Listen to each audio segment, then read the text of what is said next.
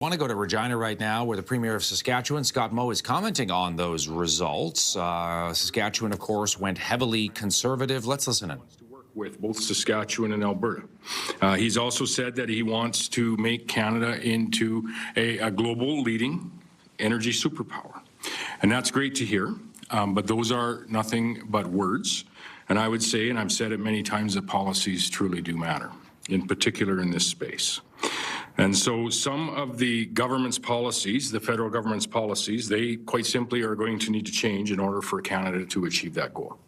What Prime Minister Carney had said is that we must deal with the United States of America and the Trump administration from a position of strength, and I couldn't agree more with that statement. And making Canada the world-leading energy superpower would be a pretty good start to dealing with the United States as well as any other allied country from a position of strength.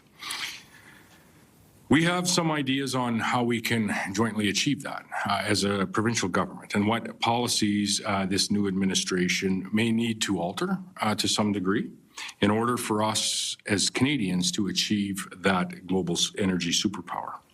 So I would say that this is an opportunity for each and all of us to hit the reset button, if you will, on the federal government's relationship with the province and the people of Saskatchewan. And I hope that this offer is taken. And I would take this opportunity to invite Prime Minister Carney to a meeting here in Saskatchewan, where we'd love to host him, to chart a productive path forward for our province within the nation of Canada. I want to work alongside this federal government to build a strong and growing Saskatchewan, as I said, within a very united and strong growing nation of Canada. So I look forward to meeting with the new Prime Minister as soon as possible so that we can start working together to achieve that mutual goal that we have. And with that, I would be happy to take any questions. Can you explain what it means to hit the reset button and what you think you can contribute to that process? Because many would suggest that disagreements went both ways in terms of the bad relations with the previous administration. So I guess I'm asking you, what are you going to do specifically to improve those relationships? What we're doing today is providing an offer to engage and to consult on not only what some of the policies are, but where the issues are from a Saskatchewan, not particularly the government's perspective, but from our industry's perspective, but also not to just come with complaints, but to come with real solutions to what a path forward is with respect to those policies. And so I think that would be the first ask, which is, I think, a pretty sensible one, is let's just stop with the unconsulted policies, of which we've seen far too many over the course of the last decade or so.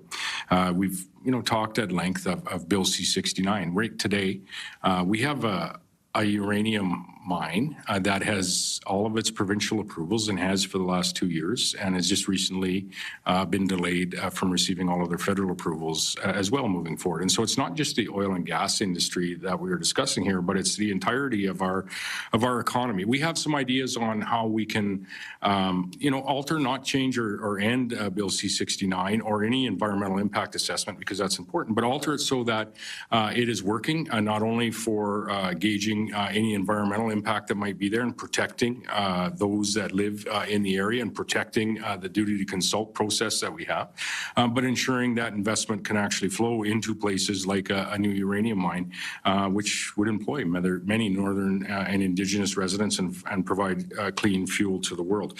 There are, however, a few policies that are going to have to go. The clean electricity regulations are just not possible if we are truly to have affordable power for Saskatchewan residents and attract industries to work here. The oil emissions cap or the production cap simply has to be set aside, understanding how far Saskatchewan oil production has come from a sustainability perspective. And I even think there's a path forward when it comes to a conversation around the industrial carbon tax, what it is and is not applied to here in the province. And so the ask is for a consultation in those spaces, but many others as well. And what does Saskatchewan bring to the table?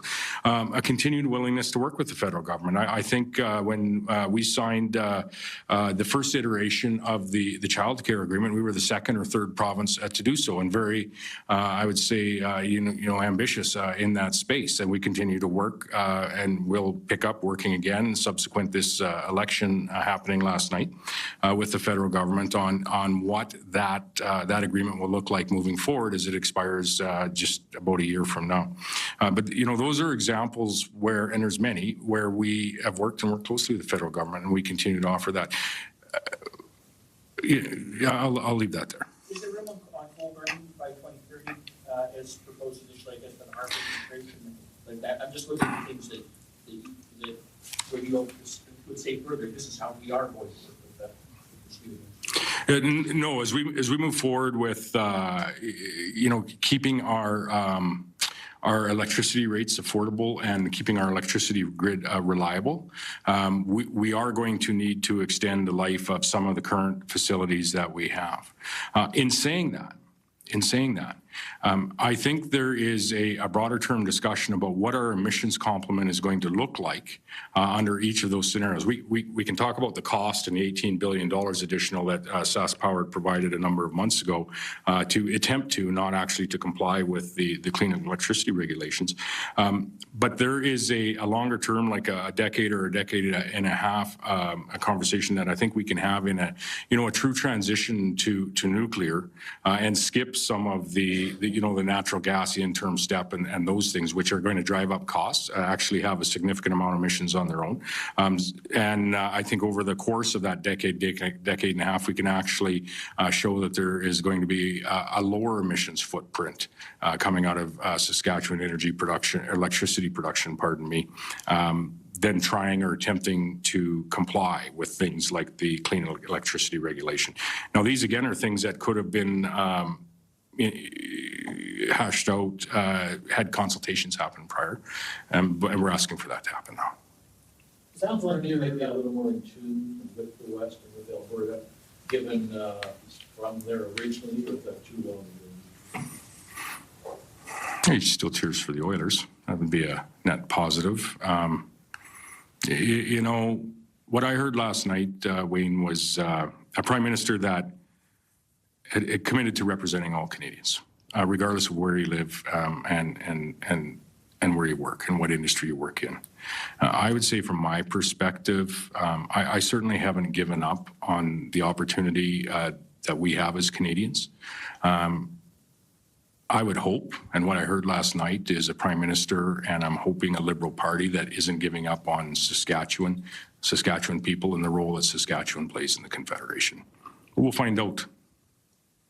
It sounds like you're taking kind of more of a conciliatory approach, and I'm hearing the comments out of Alberta, Danielle Smith talking about possibly the need to protect Alberta from future hostile acts from Ottawa, that sort of talk. Just wondering what you think about what you're hearing from the neighbours. Well, if we truly engage on these topics, and this would be a start, by no means the end of the conversation, a start. I think that would be some goodwill showed by this new prime minister and new administration, and we're prepared to give them an opportunity to start in healing some of the divisions that we see across this nation. What we saw last night was officially the takeover of the NDP party by the Liberals. For all intents and purposes, I think in Saskatchewan, since 1935, you haven't seen the NDP poll have below a 20% showing. They were 6 or 7% last night. And so the takeover of the NDP party by the Liberals across Canada is virtually complete. Has been essentially there the last 4 years with their supply and confidence agreement, but Canadians have voted on where that is going, and so that takeover is virtually complete. So we're entering a two-party system in Canada. A two-party system, much like we've seen south of the border, and you're seeing, a very. All right, so we're listening to Scott Moe. He is the Premier of Saskatchewan in Regina today on the federal election results. Moe kicking things off by saying he's hearing some good things from the new Prime Minister, Mark Carney, to make Canada an energy superpower, but Moe pointing out for now those are just words. He wants action. We should point out that in Saskatchewan, 65% of the popular vote right now, and the numbers could change, but it'll be around that when all is said and done, went Conservative. 65%, 13 Conservative MPs MPs elected, just one Liberal. And, of course, a similar situation in Alberta, where there were 34 Conservatives elected, 2 Liberals, 1 NDP. We're still tracking those numbers here, but in Alberta, 64% of the popular vote was Conservative. So, of course, the worry here is that a fourth Liberal victory, even under a different Prime Minister, one from the West, escalating the conversation here now about Western alienation and Western succession